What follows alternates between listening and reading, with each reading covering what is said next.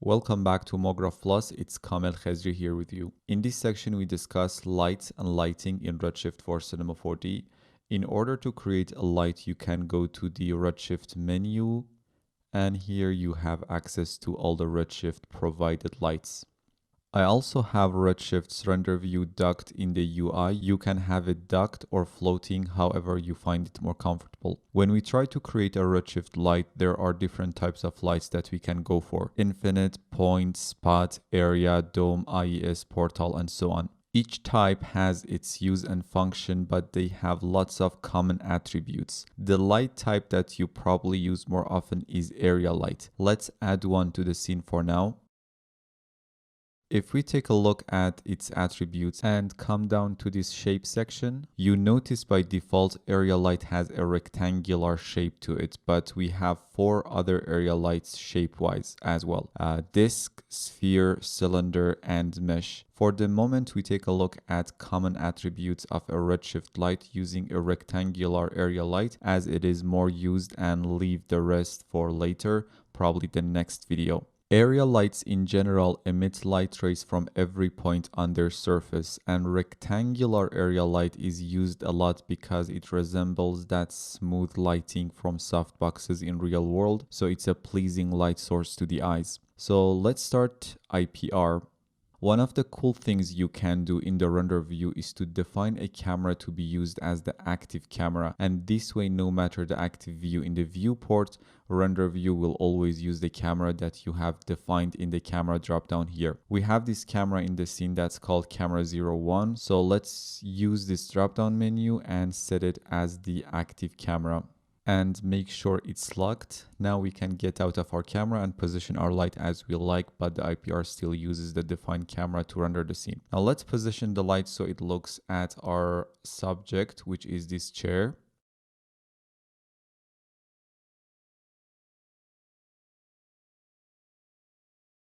To help with the proper placement of the light, we can add a target tag and a null. But instead of doing it manually, Redshift gives you a shortcut. If you come up, you see this small drop-down triangle at the top right corner of the light properties. Click on it and add a target tag and a null, and put the null near the chair.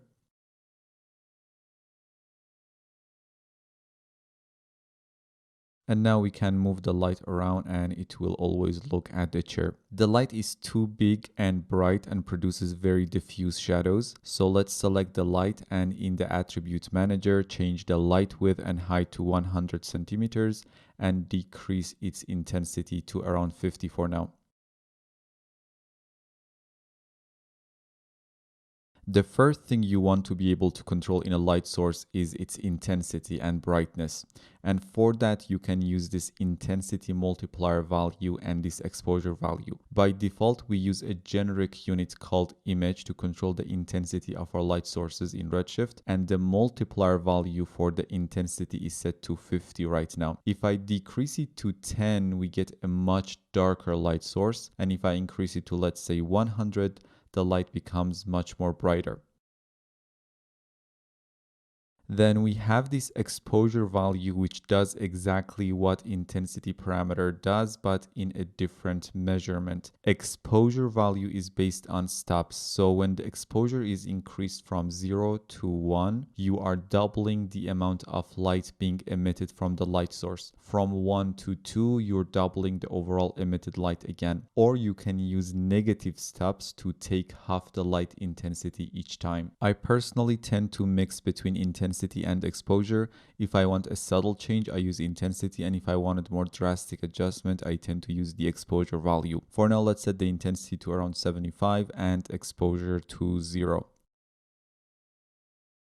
The next important attribute of a light is its size and how it relates to the intensity of the light and the quality of the shadows it produces in terms of soft or sharp shadows. Now down here you can change the size of your light. I can simply alter the width and the height of my light.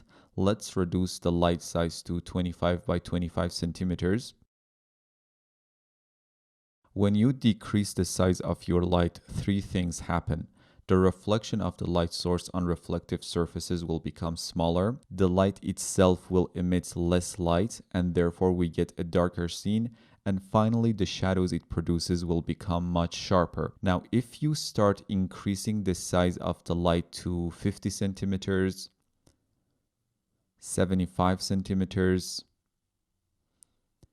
and maybe 100 centimeters, each time the light becomes bigger, its reflection on reflective surfaces will become bigger, the light will emit more light, and therefore we get a brighter scene and its shadows will become softer. That's one of the first things you need to learn about lighting. The smaller the light source, the sharper the shadows get, and the bigger the light source, the more diffuse the shadows will get. For now, let's set the size to 75 centimeters. Let's talk about this normalized intensity parameter down here that relates to the size of your light. If normalized intensity is disabled, which is by default, and we start decreasing and increasing the size of the light, you can see making the light bigger equals to having a brighter scene and emitting more light, and at the same time the shadows getting diffuser. And if I decrease the size, we get less emitted light and sharper shadows. When normalized intensity is turned on, in this case, we need to use higher intensity and exposure values. Let's try something like 12, 13 for the exposure. Now, increasing the light size won't affect the intensity of the light. It just makes the shadows to look more diffuse. Let's select our scale tool and make our light smaller and bigger. And as you can see, we only change how sharp or diffuse the shadow is and also the way the light appears in the reflections. But the intensity is unchanged. For now, let's set the size to around 75 centimeters. Actually, I wish that was the default behavior of a light as it gives you more creative control. For now, let's disable normalized and zero out the exposure value to get back to where we were. Now, this is how the light works when the unit type is set to image. For the other unit types, normalize will be hidden and won't affect the behavior of the light. If you change the unit from default to either luminous power or radiant power, let's try watts, and increase the exposure to around 10 to compensate. Now the light will have a constant intensity regardless of its size, like when the normalized was enabled when unit was set to image. So if I change the size of the light to 20 centimeters, the light will preserve its intensity with sharper shadows. And if set to, let's say, 300 centimeters, the light will have the same overall intensity with diffuser shadows. The other two units, which are luminance and radiance, are like the default unit, and therefore if used, the size of the light and its intensity will relate to each other. For now, let's stick to the default image unit, enable normalized, set the size to 75 centimeters, and set the intensity to 100 and exposure to 12. Now we want to be able to control the color of our lights. To do that, we have three options or three modes: color, temperature, and finally color and temperature. Whilst the mode is set to color, you can use this color picker and choose any color to be the color of your light. Let's try a few colors here.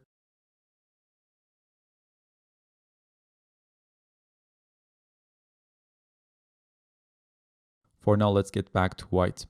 If we change the mode to temperature, the color of the light can be determined by using a Kelvin value. By default, it is set to 6500 and you get this white neutral color. A lower value, like let's say 3500, will result in a much warmer light source.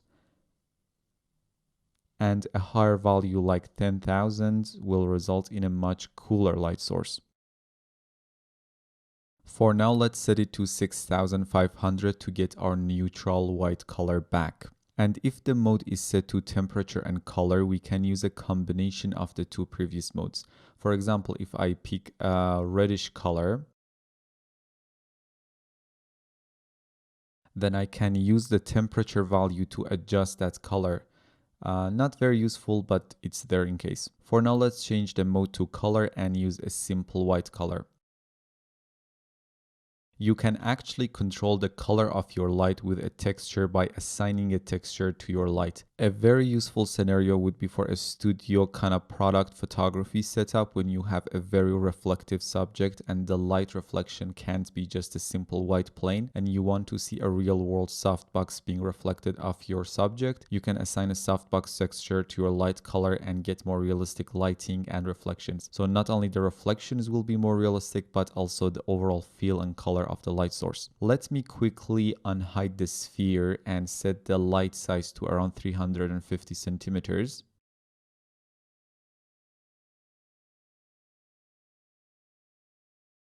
Let's also make sure the sphere material is very shiny with no roughness. Select the light again, and using this texture option we can load our texture. You can find this texture called umbrella, which is an EXR file from a reflective umbrella that is used in photography studios. Let's open it. And it would be nice to change the color space to linear sRGB as we are in ACES, and this is a high dynamic range image.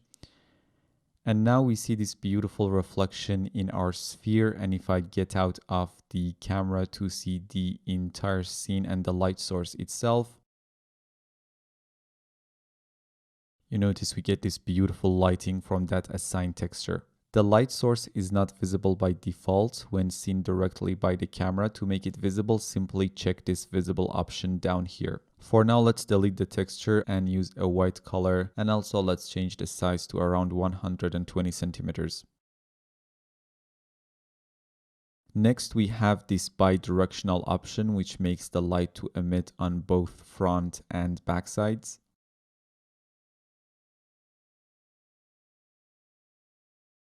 If you've been to a photography studio, you know they use different things like grids to control where exactly the light shines, to narrow the light only on the subject, to control light spilling, and thankfully Redshift Area Light has an option to exactly do that. Now we have this spread parameter that can do that. If I start decreasing the spread value towards 0, the light becomes more directional and narrower. We are making sure our light source only affects our main subject.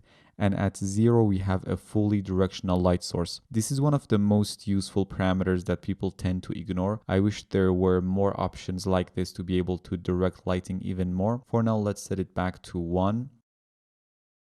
While we are still here, let's take a quick look at this decay section. To assure a physically accurate decay or fall off for your light source, the decay type needs to remain at quadratic. If set to none, the light won't fall off and would have the exact same intensity in the entire scene. That's probably not something you want, but for artistic purposes, you can use this linear mode, which allows you to define a fall off start and stop for your light. Let's try something around 250 centimeters for the fall off start and maybe around 300 centimeters for the fall off stop.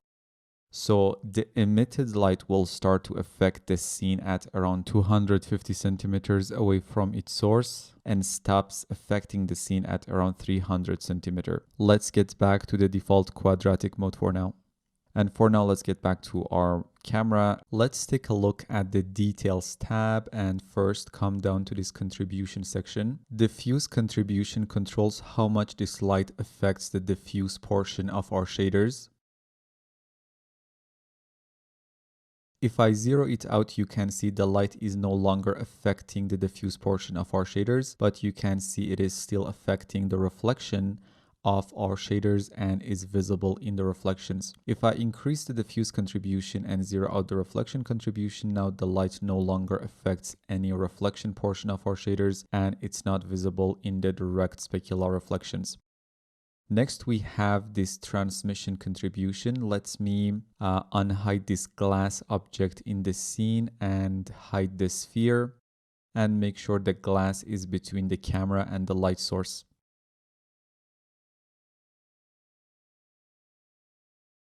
Transmission contribution controls whether the light source is visible through transmissive objects or not. For now, let's get back to the main camera and hide the glass.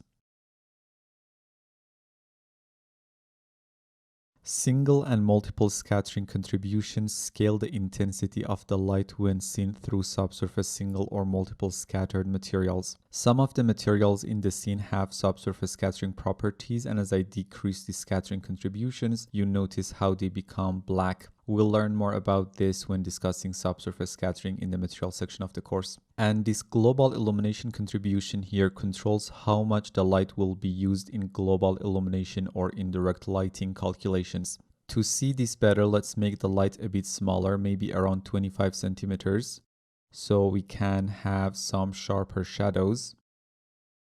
Now, if I set the GI contribution to 0, we get pitch black shadows, and if I click in the render view once and then hold down Control, the values you notice are 0. But if we set it to 1, the shadow will become a bit lighter and the values will show that as well. And to make that more obvious, we can use higher values than 1, which is not physically accurate.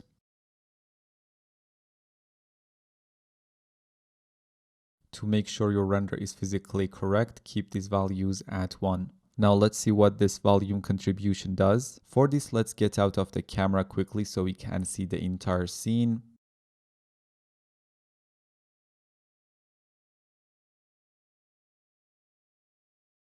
We can also set the size of the light to around 100 centimeters.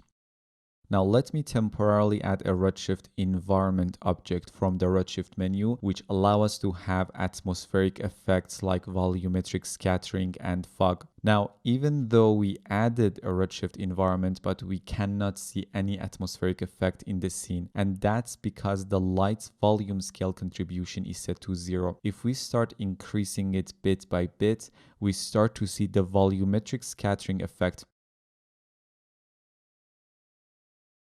Maybe we can localize the effects more by making the light more directional if we just decrease the spread value.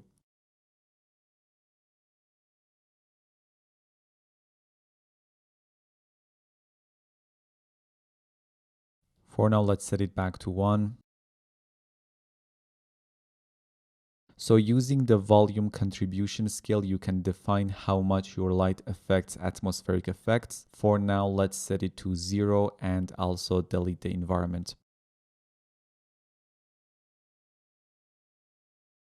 Light groups will be discussed in the rendering section when learning about AOVs. Let's take a quick look at this shadow section. If we disable shadow, the light won't cast any shadows. You can also make the shadows lighter by increasing the transparency, which is not physically accurate.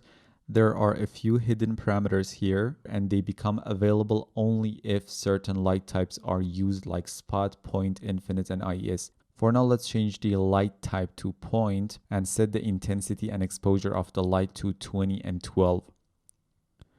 Now, because this is a point light which is infinitesimal, we get very sharp shadows. To make the shadows softer, we can use the softness value. Let's try 10, 20, 50, 100. So the higher the value, the softer the shadows. We will talk about this caustic section when learning about caustics later on in the course. And finally, we have the usual Cinema 4D project tab to exclude or include specific objects in the illumination and shadow casting of the light. For example, if I want to exclude the chair, I can put it in the exclude list, and now the light won't affect the chair.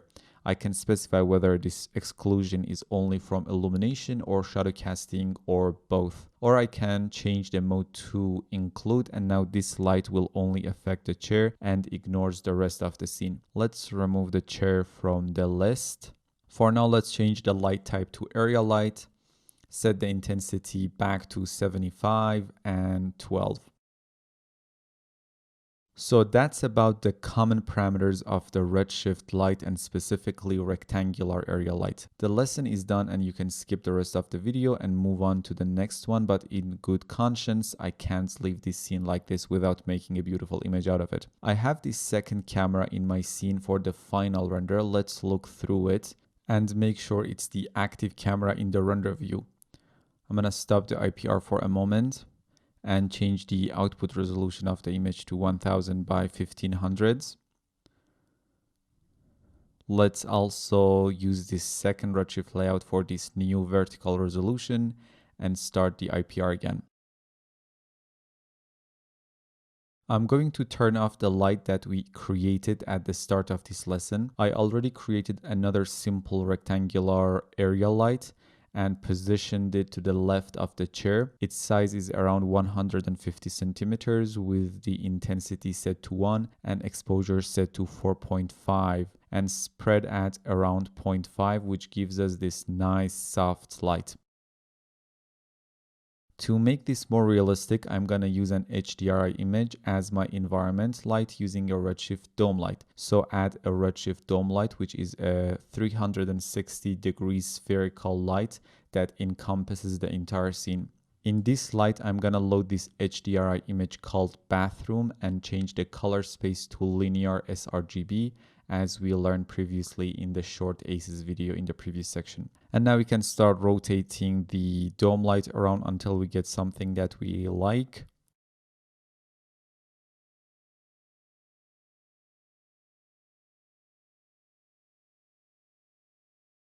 Probably something at around 217 degrees would be nice, and this gives us a nice fill light to our key light from the left. Now let's wait for the IPR to work on the render a bit more. And that's a better render compared to what we had before. In this lesson, we discussed area light in its rectangular shape, and in the next lesson, we briefly talk about a few other area light shapes that we have. See you there.